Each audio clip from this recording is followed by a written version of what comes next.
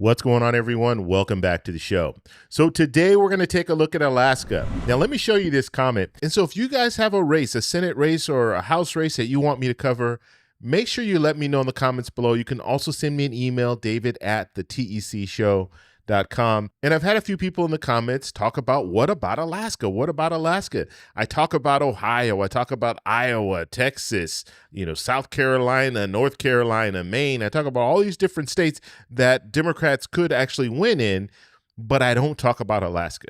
So today we're talking about Alaska. Let me show you this comment. This was the latest comment. This was just yesterday. And Landon says, let's not forget Alaska. According to Axios, Maria Peltola is leaning towards a Senate run and barely lost a U.S. House race of Alaska in 2024. And this is very true. And this is one of those races I haven't been talking about because Peltola hasn't announced that she will be running for Senate. But it's starting to get very interesting. And let me show you the headline of the article that Landon was talking about here. It says, Scoop, Maria Peltola moves toward Alaska Senate campaign. And so it's pretty obvious that Peltola she's at least thinking about it, and she's probably strongly considering it. And in this article, they talk about the fact that she is trying to find a campaign manager. Now, we don't know if that campaign manager is going to be for the Senate race or for the governor, but insiders right now think that she is going to move towards the Senate because it would mean a lot. I'm going to show you at the end of this video why it means a lot,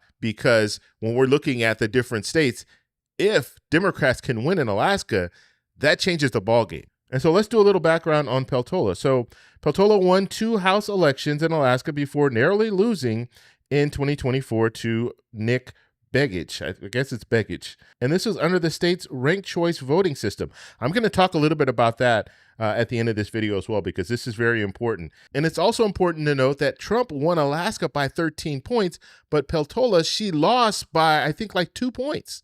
2.5 points. And so she is a strong contender in Alaska. If you're looking at Trump winning by 13 and her only losing by 2.5 points, she outperformed. And right here it says Peltola has been interviewing potential campaign managers. Now, if she's interviewing campaign managers, we know if you're interviewing campaign managers, you're most likely going to run. You don't interview campaign managers if you're not considering running. And so this is great news for Democrats, because if she does run, she has a real strong possibility of winning.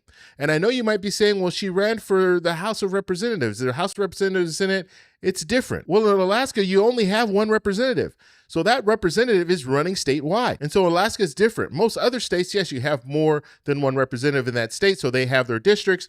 But Alaska's district is the whole state for a representative. Now let's look at 2 polls. There were 2 polls that were conducted on this Senate race. And so if we go back to October, there was a poll conducted by Data for Progress. And this was conducted between October 17th and 23rd. And it shows her at 46, Sullivan at 45. And this is 823 likely voters. Okay, and it's important to note it's likely voters. These are people that have voted in, recent elections. And then going a step further, a majority of respondents, 51%, viewed Peltola favorably compared to 47% who viewed Sullivan favorably. And then the margin of error here was a +3, plus or minus 3. Now, we're looking at this, and if she hasn't even announced that she's running, and we have polling out there that shows that she is ahead, at least by 1 point, within that margin of error. But we're talking about an incumbent. Sullivan is an incumbent. And if she is head-to-head with an incumbent already and she hasn't even announced, that if she does announce, she's going to get a boost. Generally, you get a boost when you announce because people are excited and you'll be the headline news for a few weeks. So you're going to get that bump. So if she's already ahead and then she gets a bump, she might not ever lose a lead as far as polling, okay? And we're talking about polling. We're talking about how people feel today. But this is still really good news if she does decide to run. And here's another survey that was conducted by Juno Independent. And let's see, they surveyed 2,083 adults. It was conducted between October 10th and October 15th. Look at what it shows, 48% for Peltola and 46% for Sullivan. And then look here, it says the pollster's August survey, however, gave Sullivan a 4-point lead. He had 47 and she had 43. So she's actually flipped it already, and she hasn't even announced that she's running. Okay, so let's talk a little bit about this ranked choice voting. And this is a little different than the top vote getter wins. You have to have over 50%. And so let's take a look exactly how this works. And basically they explain it like this, this is Rock the Vote. It says, so you have 1, 2, and 3. So voters rank the candidates first choice to last choice. Okay, so, and this is just an example, but let's say you have, this is a ballot here. So if you have candidate C as your first choice, and then you had candidate A as your second choice, and then your third choice would be candidate B. And so the candidate that gets the least amount of votes, they automatically drop that person out. So C here, candidate C would be dropped out. However, that ballot doesn't go away because you have a second choice. And so your second choice comes into play. And so we move to 2 here. So candidate C has the fewest votes. So first choice votes for candidate C will be changed to voters' second choice. Okay. So because C is not in, we're going to look at their second choice would be A. And so then you get to here. So they take those votes. And then you see here, A gets his final votes. A has 56.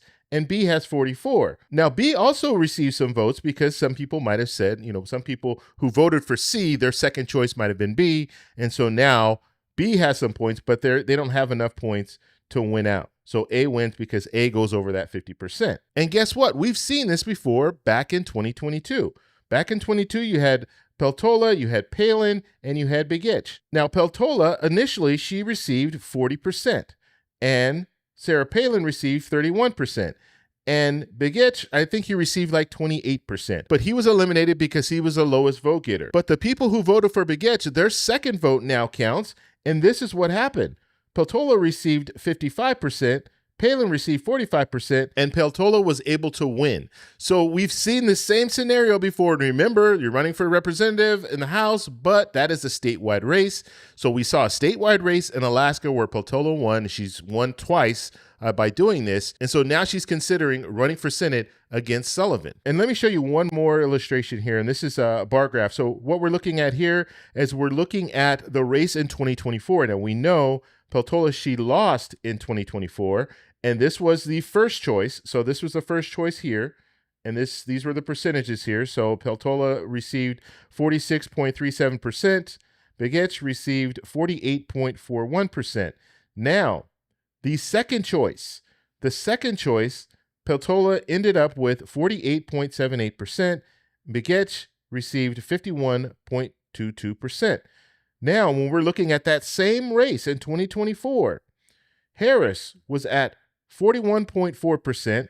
Trump was at 54.5%. And so this is showing us what that 12-point spread that we were talking about, that is what Trump won by. But when we're looking at this race between Peltola and Begich, it's much closer. It's like 2.5%. And so this is telling us if she decides to run, she is a very strong contender. Now, we do need to wait because she hasn't announced it yet. And she could announce that she's running for governor. So that's a possibility. So we don't want to put, what do they say, put your eggs before your cart, or however they say that. We need to wait. But the fact that she's seeking a campaign manager is big news. And the fact that she is not shooting down running for Senate. So generally, when you have people talking, you have Axios putting out a report saying that she's considering running for Senate. If she wasn't considering running for Senate, then she would probably put some information out there saying, I'm not considering running for Senate. I'm considering running for governor or what have you, okay? Or I'm not even considering running at all. But the fact that she hasn't shot this down gives us insight that she is probably strongly considering running for Senate. And so I want to take a look at the Senate map, and this is why this really matters. So currently right now, Democrats and independents are at 47. Republicans are at 53. Republicans have the majority. We all know this. Now, we do have certain states that we can consider toss-ups at this point. Michigan would be one of them. Maine would be another one. North Carolina and Georgia. So these are the four that I think are most likely the closest races that we're looking at. And now I've said this before, over and over again, Democrats need to win a lot of Senate seats. They need to net 4 seats, okay? Because they already have Georgia. So if they win Georgia, they already had Georgia before then. If they win Michigan, they already had Michigan before then. Now they need to win 4 more seats, okay? So that's how hard it's going to be for Democrats. But let's put Alaska in play. So if we look at North Carolina first, Roy Cooper, good possibility of him winning. So we can put North Carolina to Democrats. When it comes to Maine, You have Plattner, you have Mills, you have two good quality candidates that can beat Susan Collins. So if we see a Democrat win in Maine, now we have Democrats at 49, Republicans at 51. And so we have that race for the majority tightening, okay? Now, if we look at Alaska, if we see Peltola win in Alaska, then now we're at Democrats 50, Republicans 50. We have a tie ball game. However, the vice president comes in, breaks a tie, so Republicans would still have the majority. However, Democrats still have their eyes on a few other states. We're talking about Iowa, we're talking about Ohio, we're talking about Texas. And so if we're looking at those states and even maybe a South Carolina or Nebraska, if the independent wins, he can mix things up there. And so we're looking at a situation where if Peltola decides to run and wins the Senate seat, now that opens things up for Democrats. Now they have a strong possibility of taking back control because they could potentially win in Ohio, which, I mean, Sherrod Brown, he's doing pretty good right now in the polls.